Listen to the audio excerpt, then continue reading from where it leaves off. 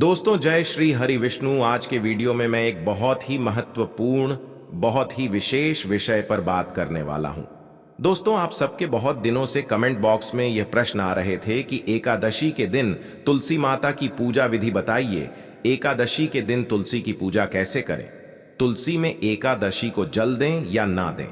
यदि एकादशी रविवार के दिन पड़ रही है, तब हम तुलसी पूजा किस प्रकार से करें? तुलसी जी के पत्ते कब तोड़े? और यदि तुलसी के पत्ते हमने तोड़ के नहीं रखे हैं, तब हम तुलसी पूजा किस प्रकार से करें? तुलसी का पत्ता अगर ना हो तो एकादशी के दिन श्री हरि की पूजा, शालिग्राम की पूजा या ठाकुर जी की पूजा हम कैसे करें? और तुलसी जी को जो हम भोग लगाते हैं, क्या हम उसे ग्रहण कर सकते हैं? उस भोग का क्या करना चाहिए? और एकादशी के दिन जब हम तुलसी की पूजा करते हैं तो किस मंत्र का जाप करना चाहिए? कैसे हमें तुलसी की पूजा एकादशी के दिन करनी चाहिए? तो इन सभी छोटे छोटे महत्वपूर्ण प्रश्नों के जवाब मैं आपको आज की इस वीडियो में देने वाला हूं। वीडियो पूरा जरूर देखें।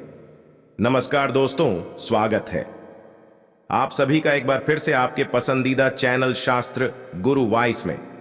दोस्तों, वीडियो शुरू करने से पहले आपसे विनती करते हैं कि भगवान विष्णु जी और माता लक्ष्मी के सच्चे भक्त वीडियो को लाइक कर दें और सच्चे दिल से कमेंट्स बॉक्स में जय श्री विष्णु, जय महालक्ष्मी जरूर लिख, जिससे आपकी समस्त मनोकामनाएं पूर्ण हो जाएं। और ज्यादा से ज्यादा वीडियो को अपने दोस्तों में शेयर जरूर करना।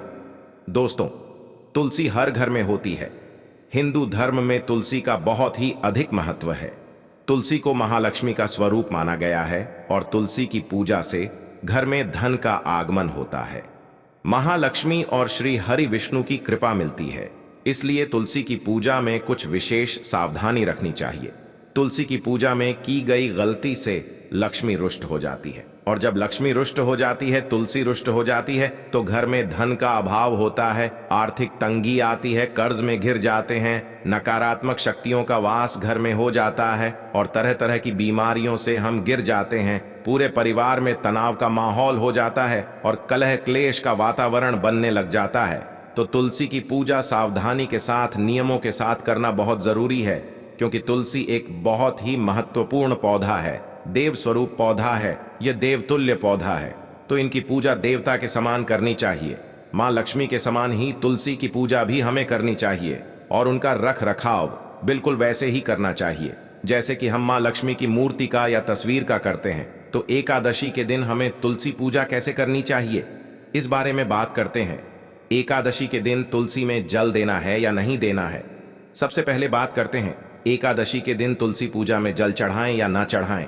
दोस्तों, ऐसा कहा जाता है कि एकादशी तिथि का जब भी आप व्रत करते हैं या नहीं भी करते हैं, तो भी एकादशी तिथि पर तुलसी जी में आपको जल नहीं देना है। शास्त्रों में ऐसा कहा गया है कि एकादशी तिथि का व्रत स्वयं माता तुलसी जी श्री हरि के लिए करती है और एकादशी के दिन मां तुलसी निर्जल व्रत रखती है। तो ऐसे में एकादशी के दिन तुलसी में जल नहीं देना चाहिए, पूजा तो करनी चाहिए। और हाँ तुलसी जी, मैं आप घी का दीपक आप जरूर लगाइए। तुलसी जी में जब भी आप घी का दीपक लगाते हैं तो थोड़े से अक्षत रखकर आप तुलसी जी की पूजा करें, उनको भोग लगाएं। भोग में आप क्या क्या लगा सकते हैं? यदि आप रोज भोग बनाकर तैयार करके तुलसी माता की पूजा करते हैं तो बहुत अच्छा है। कुछ ऐसे भी हैं, लोग हैं जो रोज भोग तैयार नहीं कर सकते हैं, तो ऐसे में आप तुलसी पूजा में क्या भोग लगाएं? तो आप पंचमेवा का प्रसाद किसी भी एक दिन बनाकर रख लें, जिसमें 5 तरह की मेवा मिलाकर एक डब्बे में रख लें। जब भी आप तुलसी पूजा करते हैं तो थोड़ा सा भोग आप तुलसी माता को जरूर अर्पित करें। यदि पंचमेवा भी नहीं है तो गुड़, किशमिश या मिश्री, इनमें से किसी एक चीज का भोग लगाकर आप तुलसी जी की पूजा कर सकते हैं। जब भी आप भोग लगाएं तो तुलसी माता के नीचे कोई ऐसा पात्र रख ले जिसमें आप भोग को रख सके। ऐसे ही आप तुलसी जी में भोग को ना रखें। दोस्तों, ऐसे ही रविवार के दिन भी तुलसी में जल नहीं देना चाहिए। इस दिन भी ऐसा कहा जाता है कि तुलसी निर्जला व्रत रखती है, इसलिए उनको आज के दिन जल नहीं देना चाहिए। और चंद्र ग्रहण, सूर्य ग्रहण के समय भी तुलसी को स्पर्श नहीं करना चाहिए, तुलसी में जल नहीं देना चाहिए। कुछ विशेष तिथियां हैं जैसे रविवार, एकादशी, अमावस्या, पूर्णिमा, संक्रांति, सूर्य उदय से पहले और सूर्यास्त के बाद। इन सभी दिनों में तुलसी के पत्ते नहीं तोड़े जाते हैं और बिना नहाए भी तुलसी का पत्ता नहीं तोड़ना चाहिए। तो ऐसे में कोई भी शुभ दिन और अच्छा सा समय देखकर आप तुलसी के पत्ते पहले ही तोड़ कर रख लें। इस बात का हमें विशेष ध्यान रखना चाहिए। दोस्तों, अब बात करें कि एकादशी के दिन तुलसी का पत्ता ना हो तो ऐसे में शालिग्राम की पूजा कैसे करें। कई लोगों के ऐसे कमेंट बॉक्स में प्रश्न थे, एकादशी के दिन तुलसी का पत्ता नहीं है, ऐसे में शालिग्राम की पूजा कैसे करें, बिना तुलसी पत्ता के ठाकुर जी को भोग कैसे लगाए, श्री हरि विष्णु को भोग कैसे लगाए। तो देखिए, तुलसी का पत्ता कभी भी बासी नहीं होता है। ऐसे में आपको चाहिए कि थोड़े से तुलसी के पत्ते किसी भी शुभ दिन पर आप तोड़ कर रख लें। रविवार को पत्ते नहीं तोड़ने चाहिए, चंद्र ग्रहण, सूर्य ग्रहण में पत्ते नहीं तोड़ने चाहिए, एकादशी द्वादशी के दिन तुलसी का पत्ता नहीं तोड़ना चाहिए, चतुर्दशी के दिन भी तुलसी के पत्ते नहीं तोड़ने चाहिए। तो इन दिनों को छोड़कर बाकी के जो भी दिन होते हैं उसमें आप थोड़े से पत्ते तुलसी के तोड़कर रख लें। याद रखें, कभी भी जिस तुलसी की हम पूजा करते हैं उस तुलसी से पत्ते नहीं तोड़ने चाहिए, और जो पत्ते तोड़ने के लिए तुलसी चाहिए वो हमें अलग लगानी चाहिए। एक दो तुलसी के पौधे एक्स्ट्रा घर में होने चाहिए जिनसे कि हम पूजा के लिए तुलसी ले सके या फिर औषधि के लिए भी तुलसी का पत्ता ले सके। तो कुछ पत्ते जब आप तोड़ कर रखेंगे तो कभी भी जब आप भोग लगाते हैं तो तुलसी के पत्ते से शालिग्राम को या ठाकुर जी को, तो आप उस पत्ते का प्रयोग करें। और अगर वह पत्ते भी ना हो एकादशी के दिन या शालिग्राम को भोग लगाने के लिए किसी भी दिन, तो ऐसे में तुलसी से जो पत्ते नीचे गिर जाते हैं, झड़ जाते, तुलसी के नीचे जो गिरे हुए पत्ते हैं उनको गंगा जल से ढोकर आप एकादशी पूजन में आप उन पत्तों का प्रयोग कर सकते हैं। और अगर वह पत्ते सूख गए हो तो ऐसी अवस्था में भी आप उनको ढोकर और साफ करके और भगवान श्री हरि को अर्पित कर सकते हैं। कहीं कोई दिक्कत नहीं है। भगवान श्री हरि विष्णु को तो सूखे तुलसी के पत्ते भी भोग में अर्पित किए जा सकते हैं, क्योंकि तुलसी के भोग के बिना श्री हरि विष्णु भोग स्वीकार नहीं करते हैं। तो तुलसी का पत्ता उनके भोग में, उनके प्रसाद में अवश्य होना चाहिए। इस बात का आपको ध्यान रखना चाहिए। लेकिन ऐसा भी कहा गया है कि तुलसी के पत्ते अगर ना हो तो ऐसी अवस्था में जो श्री हरि विष्णु को भोग लगाना है, शालिग्राम को भोग लगाना है, उसके निमित्त हम पौधे इन निश्चित तिथियों में, जिन तिथियों में मना किया गया है कि पत्ते नहीं तोड़ना है, ऐसी तिथियों में भी हम पत्ते तोड़ सकते हैं तुलसी से बोलकर कि हे माँ तुलसी, मुझे श्री हरि विष्णु को शालिग्राम जी को भोग लगाने के लिए आपको पत्ता चाहिए, तो आप कृपा करें। और ऐसी प्रार्थना करते हुए, उनके मंत्र का जाप करते हुए और आप पत्ते तोड़ लें, कोई प्रॉब्लम नहीं है। ऐसा भी हमारे शास्त्रों में कहा गया है कि विष्णु पूजा के लिए तुलसी कभी भी मना नहीं करती है। तो किसी भी दिन आप तुलसी के पत्ते तोड़ सकते हैं, लेकिन प्रयास करें कि आप पहले से ही तुलसी का पत्ता अपने पास रखें। इस बात का ध्यान रखें कि निश्चित तिथियों में तुलसी का पत्ता आपको ना तोड़ना पड़े। अब बात करते हैं कि तुलसी को लगाया जो भोग होता है वह हम क्या करें। तुलसी को जो आप भोग लगाते हैं वह आप स्वयं ग्रहण कर सकते हैं, अपने परिवार के सभी सदस्यों को दे सकते हैं। इसमें संशय की क्यों स्थिति आ जाती है कि तुलसी को लगाया हुए भोग का हम क्या करें, क्योंकि तुलसी को महालक्ष्मी का स्वरूप माना गया है। तुलसी श्री हरि विष्णु की प्रिय है। तो जो हम उनको भोग लगाते हैं, जो हम उनको प्रसाद लगाते हैं, उस भोग को हम स्वयं ग्रहण कर सकते हैं। अपने परिवार के सभी सदस्यों को जैसे अन्य प्रसाद होते हैं वैसे ही वितरित कर सकते हैं। तो आप भोग लगाएं और बड़े प्रेम से आप उसे ग्रहण करें, कोई दिक्कत नहीं है। अब जानते हैं तुलसी पूजा कैसे करनी चाहिए। एकादशी के दिन बात करते हैं इस विषय पर। तो भगवान श्री कृष्ण को जब भोग लगाते हैं तो तुलसी का पत्ता जरूर रखें, इस बात का ध्यान आपको जरूर रखना है। और एकादशी के दिन तुलसी में दीपक जलाया जाता है। शाम के समय तुलसी में दीपक जलाए मंत्र जाप करें और सूर्यास्त के बाद ही शाम के समय तुलसी की पूजा की जाती है। तो आप क्या करें कि हाथ पांव धोकर वस्त्र बदल ले, साफ स्वच्छ वस्त्र धारण करें और उसके बाद आप तुलसी की पूजा करें। तुलसी को आप पुष्प अर्पित करें, लाल वस्त्र, लाल चुनरी मां तुलसी को अर्पित करना चाह और फल का भोग लगाना चाहिए और शुद्ध घी का दीपक आज के दिन जलाना चाहिए। तिल के तेल का दीपक बिल्कुल भी नहीं जलाए, शुद्ध घी का दीपक जलाए। इस तरह से तुलसी के पास आप बैठकर मां तुलसी की पूजा करें, विधिवत उनसे प्रार्थना करें। तुलसी के पास बैठकर तुलसी की माला से मंत्र जाप किया जाता है। तो आप एक आसन बिछाकर तुलसी के पास बैठ जाएं। जहां पर आप तुलसी रखते हैं वहां पर साफ सफाई रखें। एक आस बिछाने की जगह रखें और फिर आसन बिछाकर आप वहां बैठकर मां तुलसी की माला से ही मंत्र का जाप करना चाहिए।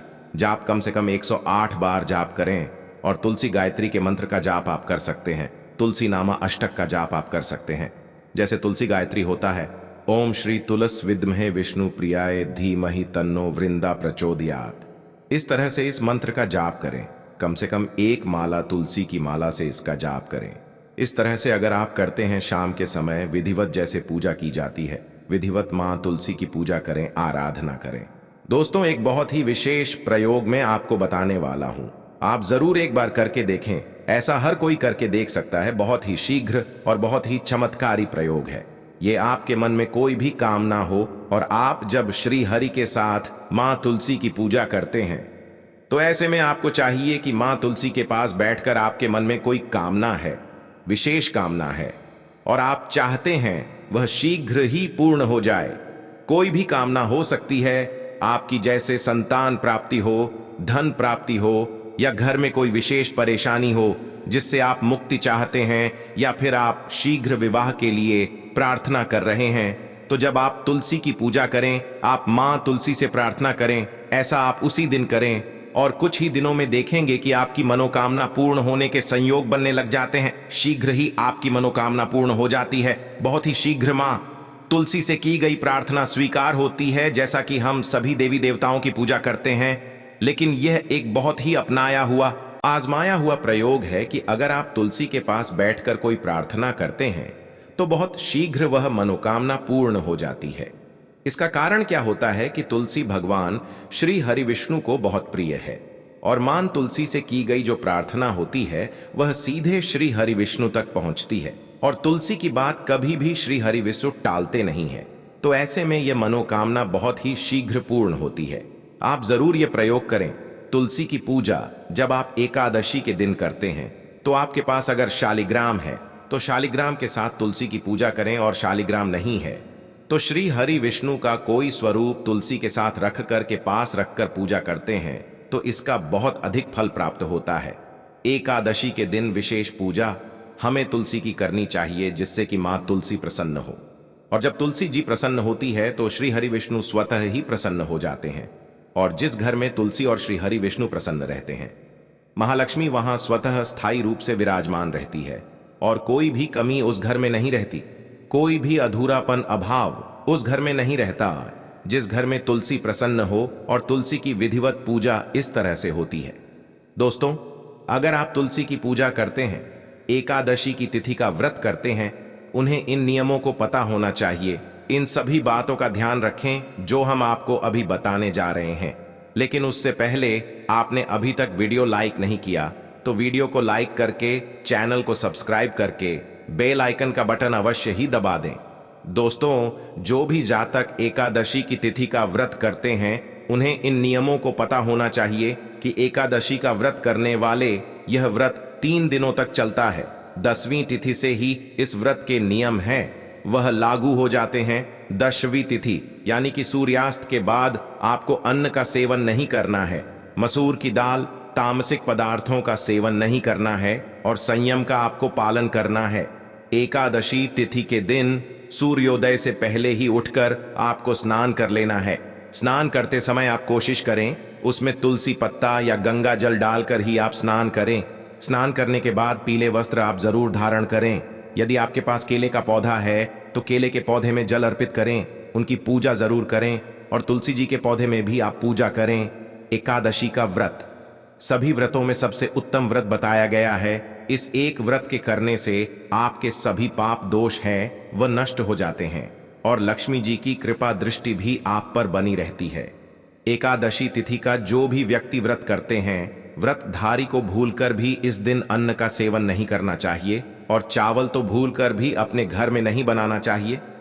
कोशिश करें यदि आपने व्रत किया हुआ है तो लहसुन, प्याज यानी कि तामसिक पदार्थ का सेवन ना करें। इससे घर का जो वातावरण है वह अशुद्ध होता है। ऐसे में यही कोशिश करनी चाहिए। कि जिस दिन आपने व्रत किया हुआ है उस दिन सात्विक भोजन ही आप ग्रहण करें और सात्विक भोजन ही आप अपने घर पर बनाएं। दोस्तों, एकादशी तिथि का जब भी आप व्रत करते हैं तो यह 3 दिनों का व्रत चलने वाला है, तो पारण का विशेष तौर पर आप ध्यान रखें। पारण आप जब भी करें तो द्वादशी तिथि के दिन हरिवासर के समय आप पारण करें। हरिवासर यानी कि द्वादशी तिथि की 1/4 घड़ी यदि आप एकादशी तिथि का इस समय पर पारण करते हैं तो निश्चित ही श्री हरि के चरणों में आपको मुक्ति मोक्ष की प्राप्ति होती है। कहते हैं कि द्वादशी तिथि का जो 1/4 घड़ी होता है, जो समय होता है, उसमें श्री हरि का निवास होता है। इसीलिए एकादशी का पारण इसी समय पर करना चाहिए। द्वादशी तिथि में जब भी आप पारण करते हैं तो पारण में आप कुछ बातों को ध्यान में रखें। मूली, बैगन, साग, मसूर की दाल, लहसुन, प्याज, इन चीजों को भूल कर भी प्रयोग में ना ले पारण करने के बाद आप कुछ भी खा सकते हैं। यह सभी चीजें जो है उत्तेजना, क्रोध, हिंसा और अशांति की भावना को पैदा करती है। जब भी आप पारण करें कोशिश करें कि यदि आंवला आपको मिलता है तो आप आंवला खाकर व्रत को खोलें।